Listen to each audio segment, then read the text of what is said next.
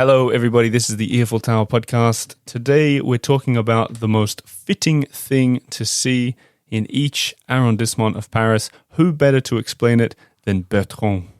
Oula, bonjour. Bertrand, ça va? Merci, yes. It's been a while since we've talked. It's been a few years. Hasn't it? Yeah. And it went quickly.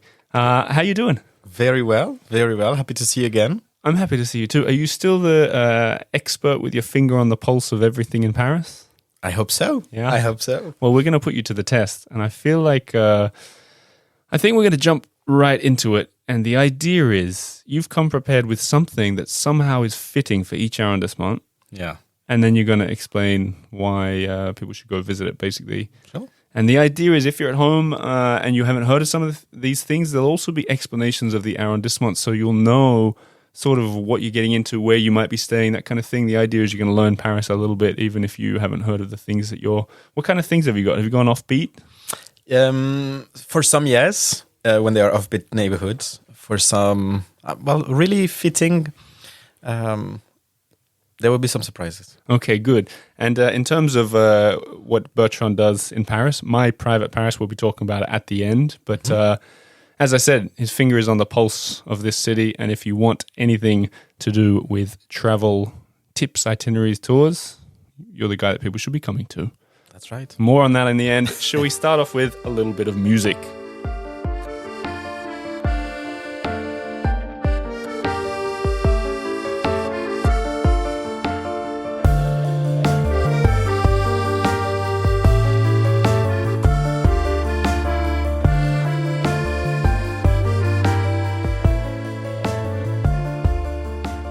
Bertrand, let's jump straight into the 20th arrondissement. We start reverse. Yeah. 20 down to 1, the countdown. Perfect. Tell me the most fitting thing people should see there.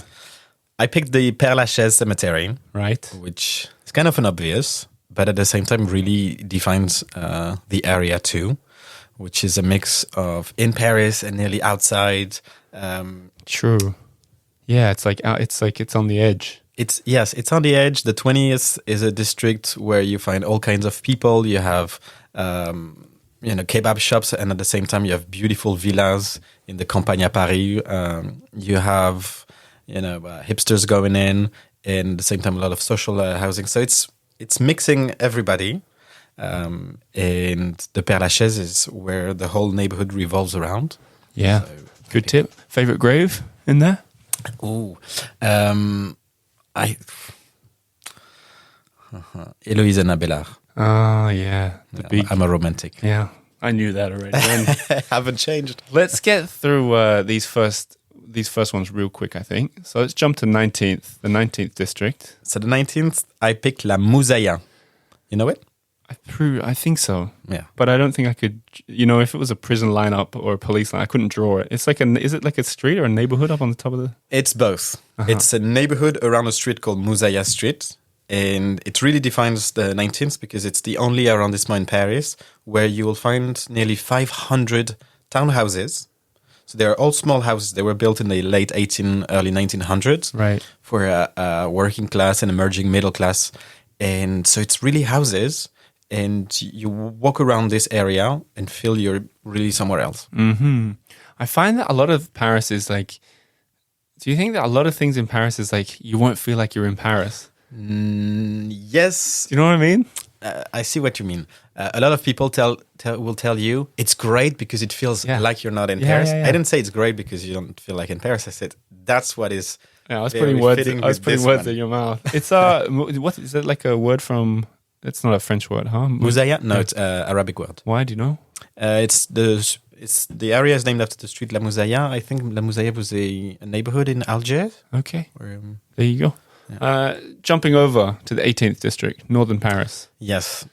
Well, this one is so obvious that I couldn't pick the Sacré-Cœur in Montmartre. It's too obvious. You couldn't? Okay. No, I couldn't. Okay. I have to surprise you. And the listeners too, because Sacré-Cœur is too obvious. You've said it twice now, so you've got it in. You've got it in Sacré-Cœur, okay. But actually, if you go away from it, in Montmartre, a place I love very much, it's a small dead-end street. It's called Villa Léandre, and it has great view towards the hill. At the same time, it's super quiet. Here again, it's full of small townhouses, but at a very, very small scale. And you can be on either side of the hill just very quickly. Yeah, okay. So if you want to be on a touristy side of Montmartre, you're there in 2 minutes. If you want to be in the more hipstery side of Montmartre, you just walk down the hill. I've always thought that it would be really nice to live on that little cul-de-sac. Yeah. It's sometimes there's a real estate agent at the end, and I've seen the prices. The and Avenue the Junot, me too. I always stop there. Yeah, it's not going to happen. No. Not yet. Not yet. Yeah. Okay, cool. Okay. Over to the 17th. 17th that was a hard one. Yeah. But I picked a very charming street market. Right. So the street is great, but when the market is there, it changes entirely the face of the street. And it's the Rue de Lévis. Right. It has a beautiful food market. And since the 17th district is quite a residential area, I picked something that is something you do every day. That's a good one, because there's very few like touristy things to do. It's like mostly people with families that live there, right? It's a large one. So Yeah. if you are on Port de Clichy, it's not the same as if you're near the Arch of Triumph, etc. So it's pretty. That's true. Maybe the Batignolles would have been a good fit also, but Market Street, I like Market it. Street It's one of the underrated market streets of Paris, I Yes. think. It gets overshadowed by its popular... Well, maybe they're coming up in your list. I won't spoil it. no, I won't talk about Rue Claire. Don't worry. Okay, spoiler alert. Let's jump into the 16th arrondissement, which is, I've said before, kind of posh. 16th is the definition of posh. Yeah. But it doesn't have to be bad. I picked a small museum that's actually the house of a writer called Balzac. He lived in the 1800s. I guess most of you have heard about him. Mm-hmm. And I think it fits perfectly because the 16th for quite a while was the country. So there was some country homes for rich Parisians. And that house here is surrounded by gorgeous architecture. Yeah. Still, it's a house with a little garden with a view to the Eiffel Tower, and the 16th is great for that also. And you are in between the poshy area of Auteuil, the a little bit more groovy Passy area, and down to the river.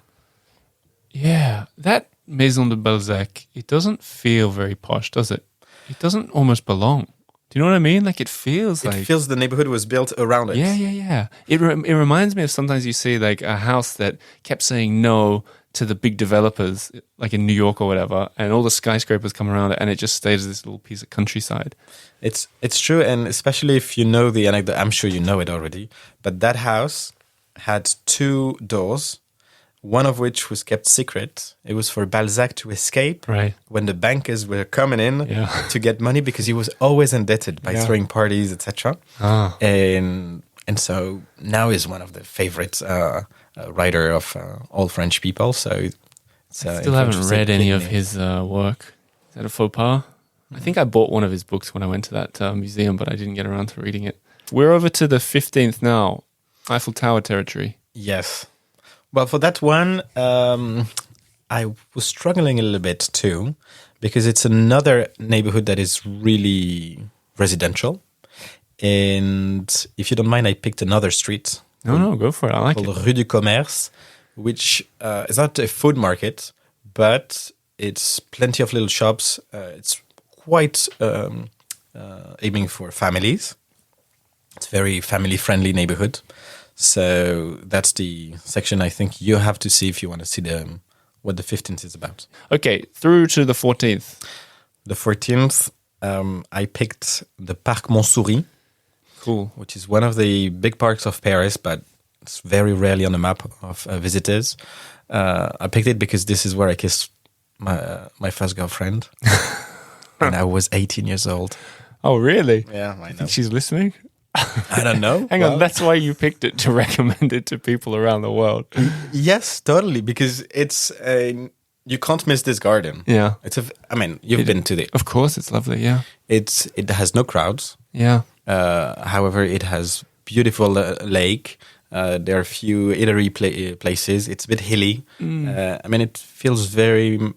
It's a man-made park, obviously. It's a bit like Bout-Chaumont without all the people. Yes, and less hills. Yeah, true. but it's nice. Yeah, that's a good one. 14. And good memories for some of us. Good memories for half of us at the table here. Over to the 13th. 13th. I picked in the 13th, which is also fairly large. All the outside neighborhoods, 20 to 12, are pretty big. So to define the 13th, I picked the smaller neighborhood within it called the Butte-aux-Cailles, which is a great place to go out. A lot of restaurants, a lot of street art also. And it's in between the old 13th district with lower buildings and the Place d'Italie with the very tall high rises, which are quite antagonistic, but define the 13th district equally. Yeah. Okay. Almost halfway. 13th done. 12th. 12th. What's something that represents the 12th we can all go and find? For me, the 12th is the neighborhood you cross when you arrive from Eastern Paris. Yep. And so for that reason, I chose the Coulée Verte, this old railway that was going from Bastille to the Bastille Square to Vincennes, which no longer has trains, but lots of flowers, and you can jog, run, walk your dogs, your cat, your kids, and crosses the entire neighborhood. And it's above street level, so it feels almost like you're flying in the there's something special. Yeah, there's something special about. They say it was the inspiration for the one in Manhattan. Yeah. I mean, cool. I think there's. I was up there recently because I live quite close, and there's these signs up there that say running or jogging is permitted, but please give right of way and respect to the people on foot walking. And I thought that was quite a nice, I can imagine all the joggers up there are being very respectful. I'm not sure if they are, but it's a nice thought, It's like a place for meditative they probably walking. Needed a reminder. Yeah, that's really true. Okay, 11th.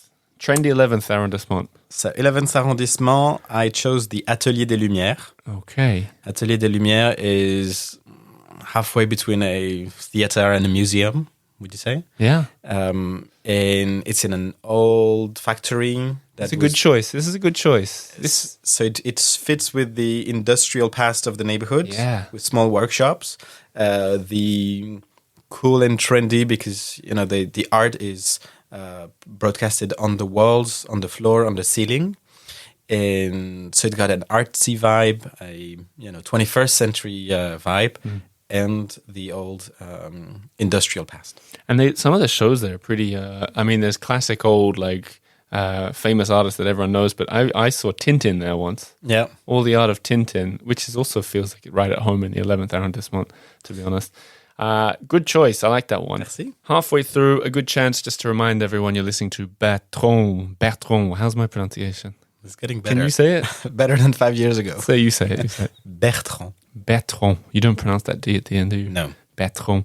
You know what? I don't know if anyone's told you this. I was watching Emily in Paris. Yeah.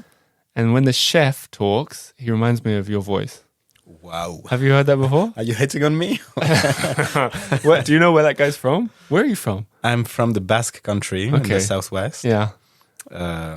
When you hear him, does it I don't know, but I'm blushing. I don't know. Maybe it's even his manner or something. But when I'm watching, I'm like, "There's Bertrand there." All right. So I'll take that as a compliment. The listeners can decide if I'm onto something or not at all. Have you watched the show? Of course. Yeah. It's a professional duty. Yeah. I'd say. Really? How much of it is a professional duty, and how much of it is you just getting into it? Well, it's 1%, 99%. There you go. And as I said before, my private Paris itineraries, tours, helping people know what to do in the city of light. And we worked together right before COVID. True. And then things have changed a lot. You guys have grown an awful lot. Well, that's true, yes. Yeah. Well, I came into your office and there was a whole team of people. Yeah, we had a big boost post-COVID. Interesting. And it's growing since then. Right. So that's great. But Marie and I, we still do tours because that's why we are in this business in the first place. But yeah, it's grown up and we've grown outside of Paris too, which you haven't. No, that's true. That's something we can talk. That's something we can talk about at the end of the episode. But you've got me. You have got me there. I've really focused on Paris. I know I always say you have to cross the ring road. Well, we can talk about that. But not now, because now we're in the 10th arrondissement and we're getting ever more central. So let's whiz through this. Something that's very fitting in the 10th arrondissement to see. I think something very fitting in the 10th arrondissement is not to follow the rules entirely. Mm-hmm. So I didn't pick one, but two sites. Here we go. There are two arches of triumph. Right. Not the big one everybody knows about, but two former gates to enter Paris, built under King Louis XVI. Right. Louis XIV, sorry, in the 1600s. And they are called the Porte Saint-Martin and Porte Saint-Denis. And they are at the crossroad of the streets with all the bars and cafes and kebabs, etc., that makes this area very, very nice to visit. Yeah. Also, they're on the boulevard, formerly called the Boulevard of Crime, which is full of theater where every night the husband will kill the lover, etc. It's not a dangerous place when I say Boulevard of Crime. It's because on stage, every night, someone was being killed and you needed to find who was the criminal, etc. Interesting. And so it's this exciting neighborhood, I'd say. Cafes, theaters, and in those small streets around Porte Saint-Denis and Porte Saint-Martin. I always wondered about those big ports, those big city entrances. Do you know, did they have a wall like attached to it as well? Was it it was like a big wall right along? I've been listening to you these past years. I know your obsession with the Philippe Auguste wall. Yeah, that's true. That's another wall. Yeah. No, I know it's a different wall, but was this a wall too? Yeah, yeah. From Bastille all the way to Place de la Concorde. There was then another wall. These two gates were on the streets, these old medieval streets, Saint-Denis and Saint-Martin. And so they were monumental gates. But then Louis XIV, who had them built, decided to tear down the walls of Paris. Yeah. So that created a space for the boulevards. Yeah, yeah. Boulevards were military zones by the walls where it wasn't it wasn't allowed to build anything. You need to leave space for the troop to pass. And it tear down the walls to say to the rest of Europe, who's going to make it to Paris anyway? Yeah. I don't need it. Less interesting than the Philippe Auguste wall. I don't know why. I thought there's something... It's less romantic because it's newer and it's not there. Yeah. The Philippe Auguste wall, you can play and, you found a part of it in a parking lot. Well, you don't need to convince me, Bertrand. Okay, into the 9th arrondissement. The 9th arrondissement, I struggled a bit because I love history and I was trying to find places that are fitting today as much as fitting why the arrondissement exists at all. So I picked a little museum that is really off the beaten path. It's called the Musée de la Vie Romantique. It's a museum dedicated to the artistic life in the 1800s. And the 9th arrondissement was developed at that time. Back then it was called the New Athens. Yeah. So it was a new place for art to develop. And that small museum fits the place very much. It's elegant. Yeah. It's slightly hidden. So it has this chic, discreet. Yeah, yeah. Great entrance between or under that tree. You wouldn't even, Yeah. You know what? The most beautiful cafe setting with the worst coffee. That's what I always think. Have you? It's not so easy to find good coffee in Paris. It's getting better though. Yes, thanks to Australians. That's partly true, but that's a whole different topic. Good museum, good tip. In a lovely area as well. Now we're into the 8th. We're really getting central here. Yes, the 8th still fairly large. It's around the Champs-Élysées.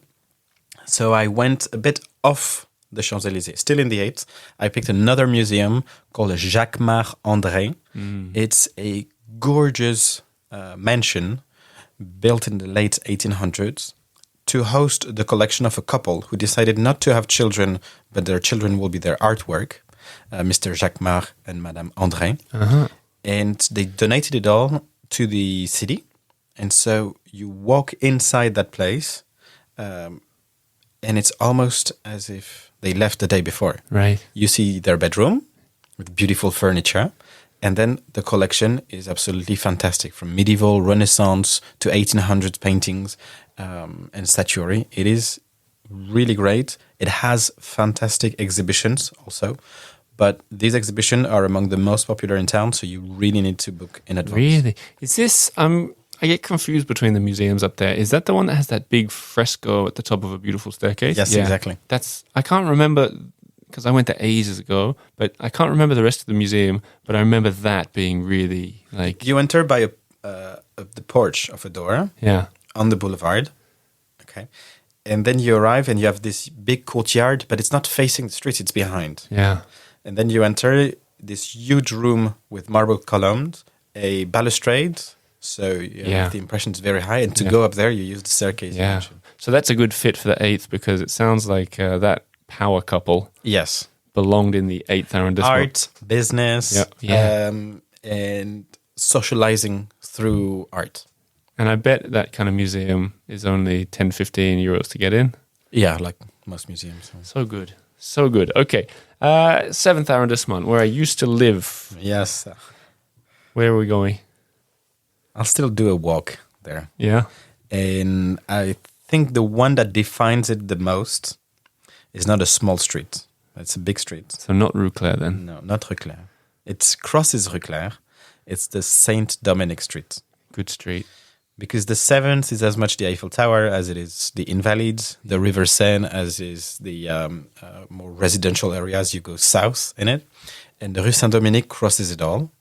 And I think by going through that one, you see both landmarks, Yeah. official buildings, and day-to-day shops Yeah. And good restaurants too. and good restaurants. That's a good, and if you're walking heading to the west, you've got that Eiffel Tower looming, Yeah. growing ever bigger. That's a good choice. I think most people, including myself, would recommend Rue Claire in that street, but maybe Rue Claire's done. It's not that it's done. I think it's not enough. You think? I Yeah. think I've noticed more and more people saying they don't like that street. They think it's too touristy. But it's not like it's never been. Yeah. It's always been. I don't think it's true. I think Rue Claire has always been pretty full of people. It's just it represents what Paris is today, much more international Yeah. and less of a French-only city. True. I think a lot of people that say that it's too touristy, I used to defend it because I would walk up and down that street every day to drop my son at creche. So I was like, I live there as a local and I don't think it's too touristy. But I guess, look, each to their own. Do both streets. Yeah. Yeah. I think that in Paris, we love to say that things are too touristy. Yeah. So you feels like you are above that. Yeah. And I think also as a visitor, you don't like to be surrounded too much by other visitors. Yeah, true. So maybe that's why. Well, speaking of too touristy, we got 6 arrondissements left and they're getting progressively more touristy. Yes. So what's fitting for the 6th arrondissement? I picked this church, Saint Sulpice, first church on my list, Yep. which is in between the Boulevard Saint-Germain that defines the area and the Luxembourg Garden. Yet it's not the Saint Germain Church, which is nice, but I think the Saint Sulpice gives more to the elegant, intellectual, and kind of showing off a little bit Sure. vibe of that district. And is there anything in particular we should see inside that church? You should not see, but you should listen to a organ concert. Yeah. Organ music I've is been wanting to fantastic. do this for 10 years. Really? Yeah, I've never done it. I did more than that. I arranged, I had a couple, they were from Canada, and he was an organ player. So I arranged for he to go all the way up into the tribune, I say. Right at the top. At the top with the organ player of the church. Yeah. And to see him No way. do a rehearsal. How did you do that? Have you got friends in high places? I don't give my magic. So this is the kind of thing you do at My Private Paris. If people message you, it's not just about, I want to do a walking tour of the 17th. It's more, or is it as much that as it is get me to the organs? It's usually I'm in town from that day to that day with these people for that occasion, and this is what I like, and then Yep. we design an itinerary. Recommend to me. Okay, cool. Fifth arrondissement. Fifth arrondissement. You got excited about the fifth. Yes, because there's a place I love very much. Although with Instagram and all, etc., it's becoming less secret. But it's the And people talking about it on And public. podcasts. yeah. But I won't give the address. Okay. It's the arena of Lutetia. Yep. Lutetia being the old Roman names of Paris. And outside of Paris of the time was a big theater was built, and it's been built around with buildings. So you have to go through a small door to get to it, but you can actually still see the central arena and part of the stand where the people would watch mostly plays. Plays. It was mostly plays. I heard a rumor that they filled it with water sometimes and had water jousting. So what is true, historically true, is that they were doing that in theaters at the Roman time. Yeah. But what is also true is that Paris was not a big city until at the time, I mean. Yeah. And so to do that, you need a lot of money. Yeah. So it's even debated that there ever was a gladiator fight in the Lutis arena, because gladiators were like soccer player of today. They cost a fortune to feed, to train, etc. That's so interesting.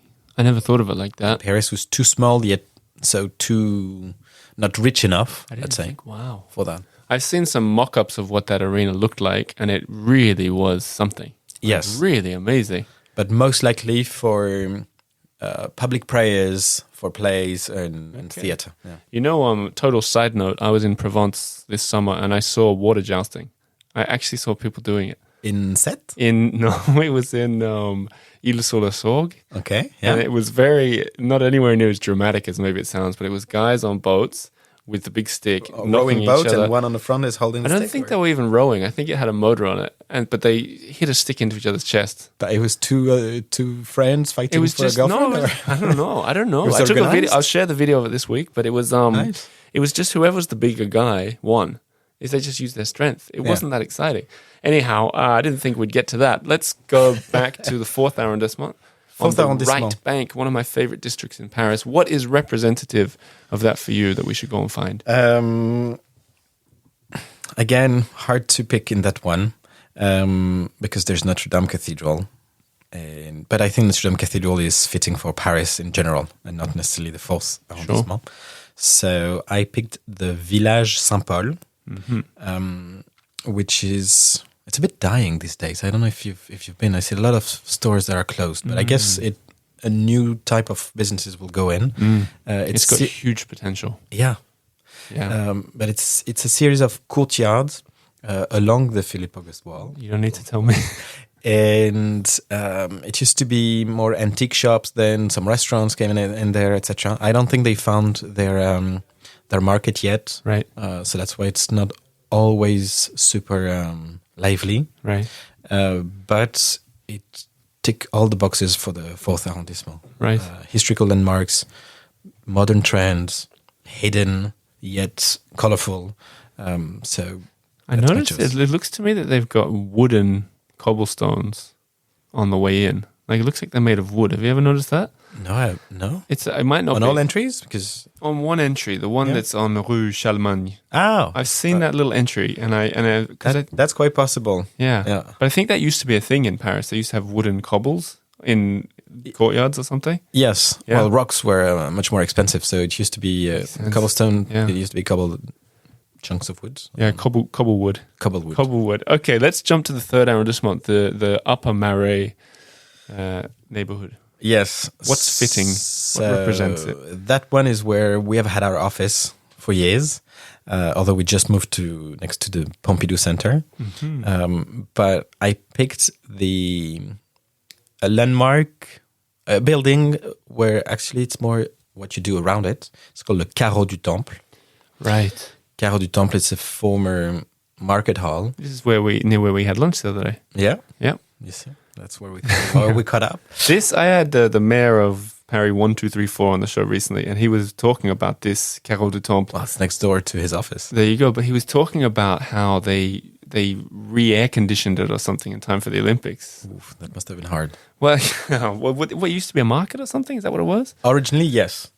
It's what we call the Pavillon Baltard. They were like food markets around the city. The bigger one being at La Villette, if you've ever been. Yeah, sure. Gigantic. And so it's made of iron, was covered in glass, etc. So it's incredibly hot on a sunny day in it. So air conditioning is going to help. Yeah. The Carreau du Temple, I think they nearly tore it down, and it was decided to preserve it. And now they have temporary shows and work fairs, etc. in it. But it's more the area around that you're interested in. And the building is great, but the area around, yes, it's very, very upper Marais cafes. Yeah. I mean, when we were there the other day, I think I even said that this is probably my dream area to live. Yeah. There's something, and I think you said something like, yeah, you and everybody. Is that, Exactly. is it like actors or something that live around there? Or is it celebs or what is it? Yeah, you see very often writers, actors, etc. Yeah. Well, it's a very lovely area. It's like the quiet, it's and you got the bustle of the like République right there. I'll tell you, when I moved to Paris at 18, the day after I turned 18, I was in prep school, very close to that, on the Rue Turbigo, close to the Big Angels. And my first friend in that class was living in a huge loft across from the Carreau du Temple. Right. And so it was on 2 levels. There was a sauna. There was a in someone's apartment? Cinema room. Really? Yeah. It was at the ground floor and the basement. I had never seen something like this. Wow. And when we lost touch, it was 20 years ago. Wow. But maybe if you listen to me today, that could be a good place Some for of the you to apartments in Paris, you don't even know. No. You don't even know. Okay, on to the second and then the first arrondissement. Tell me something in the second that's fitting, that represents the neighborhood. For me, it's almost a ghost neighborhood, the second. It's so small. Yeah. It's stuck between the Opera and the Louvre, which are obviously attracting a lot of people. So for me, the second arrondissement is a place that many people just cross. And it's full of small streets. It's very discreet. So for that, I picked the covered passages, which connect the Louvre from the Palais Royal all the way to Montmartre, if you want to go all that way. You can just keep going through them if you know. If you know. If you know that. Yeah. I mean, most of them, they are in a row. You just need to cross the street. But sometimes it's 2-3 streets on the left, 2-3 streets on the right. Which, is there one that you'd particularly recommend for people who are going to get their first taste of second arrondissement passage? I'll take the Galerie Vivienne. Yep. Because to me, it's the most beautiful. Mosaics. The Café Vivienne at the entrance, I think it's so Parisian. Yeah. And it shows the Paris of today. I feel sometimes that the Passage des Panoramas or these ones, they're a bit stuck in the past. Right, when you buy old postcards, etc. It's cute, but they're resting I don't on their think laurels. this will be nostalgia all the time. Yeah. Ah, good one. Okay. I love the Passage, the Galerie Vivienne. Love it. Good choice. First arrondissement, we've made it to the end. What can you recommend? We did it. First arrondissement. So we're in between the Ile de la Cité, the Louvre. So it's ground. It's very royal. So I picked the Palais Royal, which is both. You see it, even though no one knows it's called the Palais Royal, but you see it when you get out of the Louvre. Right. And so it's quite obvious, and it's a state building built to show power, etc. Hundreds of years ago. And if you take the passage on the left, then you get into the garden of the Palais Royal, which again used to be a very, hidden gem of Paris. That was all wasn't there some Napoleon connection there, isn't there? Oh, even before that. Uh-huh. There's a story about Napoleon having lost his virginity in a pleasure house in the garden. Like the French Revolution starting at a cafe with the lawyer Camille Desmoulins standing on a table and talking people into taking arms. Yeah.